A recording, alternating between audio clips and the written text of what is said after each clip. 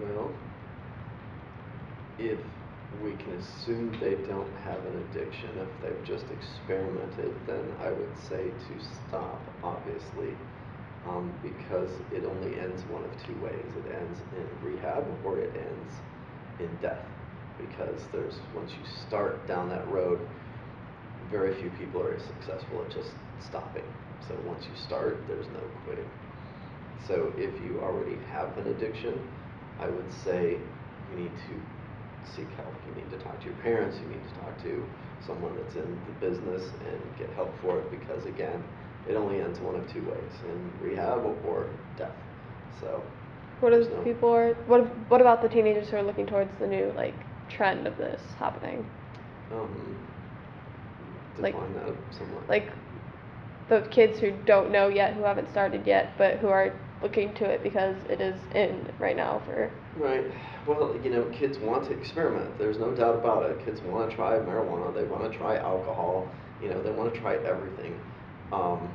And unfortunately, with prescription drugs, unlike, again, the other drugs I've dealt with my whole career, one bad decision can cause death. If you don't know what you were doing and you take the wrong pill, it will kill you or cause an overdose. There's plenty of movies out there. Overtaken is available on YouTube. Behind the Orange Curtain is available. It's shown all over the place. And you will see kids that were good kids, had no drug problem whatsoever. They tried it one time and now they're permanently disfigured, or disabled, or mentally disabled. They have serious issues from just one bad decision. And so you have to be very careful. They are very dangerous drugs, unfortunately.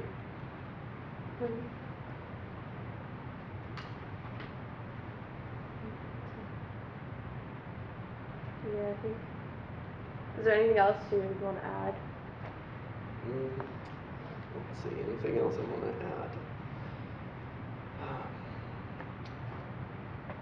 Well, like I said, the prescription drug thing is probably the worst thing I've seen in my career.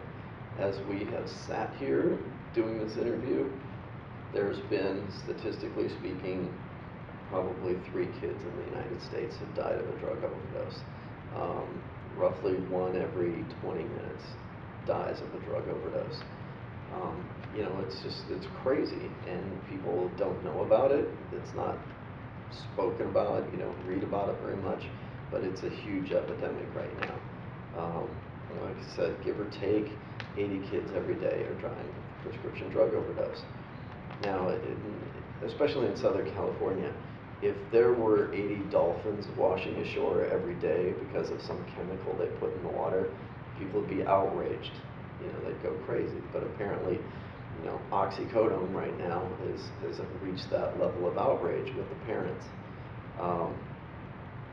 I don't think, back in the 90s when cocaine was popular, you were probably in kindergarten, cocaine was everywhere and it was a big thing. And as it started to fade from popularity, we received intelligence that the Colombians were starting to grow poppies in the mountains so they could make heroin and make white heroin. And the Colombians at the time could make cocaine that was 99% pure. They could make, in the jungle, they knew how to make cocaine better than we could make here in our labs. And I said then, if the Colombians learn how to make heroin with the same efficiency that they make cocaine, we're in big trouble. Because if kids don't have to put it in their arms anymore, if they can snort it like they do cocaine, we're in big trouble. Well, it wasn't the Colombians that figured out how to do it, it was Purdue Pharma. And Purdue Pharma figured it out, and they put it in a little pill, and they called it OxyContin. And that's why we have this problem that we have today. People don't realize it's heroin in a little pill. So. We talked a lot about the doctors being the main source, but is this a common thing with on-street drug dealers too? It is, but even the street drug dealers get it from a doctor. The prescription drugs are in a very closed course of distribution. So from the manufacturers to the distributors to the pharmacy to the end user, it's a very tightly controlled chain of custody. And so drugs aren't just getting randomly diverted out into the street. Even the drug dealers that are selling them on the street, chances are got it from a doctor somewhere, or got them from a pharmacy.